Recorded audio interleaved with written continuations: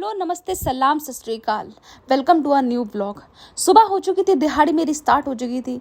मेरा एक मालिक है 1.5 साल का बच्चा, उसके लिए हम मोटे से मोटा सरफेस तैयार करते हैं।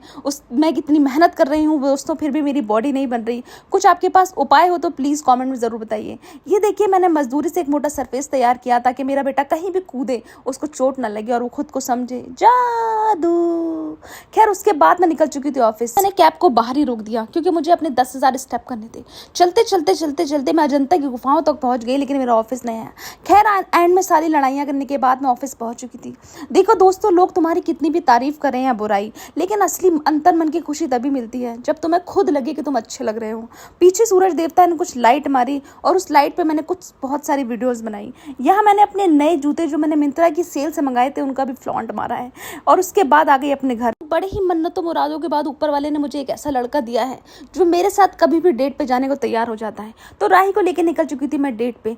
हाँ, मुझे पता है इस डेट पे पेमेंट मुझे करना पड़ेगा, पर मुझे अपने पति के साथ रिलेशनशिप के दिनों से इस चीज़ की आदत है। क्या हाँ, ये सच है कि अपने रिलेशनशिप के दिनों में हमेशा डेट में पेमेंट मैंने ही किया है। हमेशा तो नहीं, पर हाँ ज़्यादातर।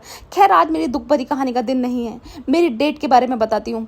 राही सिर्फ बाहर के सिर्फ ज़्यादातर इडली ही पसंद करता है, तो इडली की डेट पे ही गए थे। मैंने उसे इडली खिलाई, पर ये देखिए उसका दुख बता रहा है कि उसे मज़ा नहीं आया। उसने कहा, मम्मा इससे अच्छी तो आप घर पे ही बना देते। पहुंचने से पहले 2 मिनट के लिए वो सो गया था, पर सोना तो कमजोरों का काम है, इसलिए वो रास्ते में ही उठ गया। ये देखिए, यहाँ पे एक क्लास चल रही थी कराटे की। उसे देख के राही ने सोचा फ्री में ही क्लास ले लेता हूँ, क्योंकि ये लोग पैसे तो दे नहीं पाएंगे। तो इसने जो ये बच्चे यहाँ कर रहे थे वो सारी चीज़ें कॉपी की, किक, रनिंग एंड एवरीथिंग। उसके बाद उसने देखा बाहर बारिश हो रही है। उसने कहा, बारिश से बचने के लिए क्लब हाउस चलता हूँ। जिस स्पीड से वो भागते हुए अंदर गया था, मैं चैलेंज करती हूँ इस पूरे क्लब हाउस या जितने भी लोग यहाँ घूम रहे हैं बारिश में, इस सरफेस पे, इस बारिश में और इस गीले सरफेस पे कोई भाग ही नहीं सकता। खैर, वो मेरा बेटा है, कुछ अलग तो करेगा ही और मुझे उस पर गर्व है।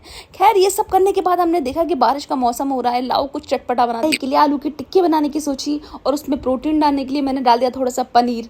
आप कितनी भी मेहनत करो अपने बच्चे को अच्छा और हेल्दी खिलाने की, लेकिन वो जमीन पे पड़ा खाना और मॉइस्चराइजर ही खाएगा। पता नहीं भाई इसमें क्या मिलता है। खैर, मेरी मेहनत बेकार हो गई, पर मैंने उसे सुला दिया। थक हार के वो सो चुका था। तो सच है, ये उम्र बच्चों की ऐसी है कि वो जाग रहे होते हैं, खेल रहे होते हैं, शैतानी कर रहे हो, तो आप सोचते हो सोएगा कब, और जब सो जाते तो सोचते हैं यार क्यों सो गया, ये खेलता वो कितना प्यारा लग रहा था। खैर, उसके बाद राई को मैंने सोने से उठाया। घर में मुझे चाय पीनी थी, तो हम दोनों गए दूध लेने। दूध हमारे पास था नहीं। दूध लेके हम वापस आए तो अपने दोस्तों ने फ़ोन कर दिया कि चल यार घूमने चलते। तो हम पहुंच गए 76 मार्केट। हमने खोज की शॉप की जिसका नाम है लिल एल्फ स्टूडियोज़। यहाँ पे हर तरीके के टॉयज़ मिलते हैं, हर एज के बच्चों के लिए। मतलब बहुत अच्छा ऑप्शन है। अगर आपको बच्चों के लिए टॉयज़ लेने हैं, किसी के लिए गिफ्ट लेना है, तो आप प्लीज़ जाइए, आपको बहुत सारे ऑप्शंस, वैरायटी मिलेगी। यहाँ से निकलते ही हमें सामने एक हरा भरा कैफ़े दिख गया।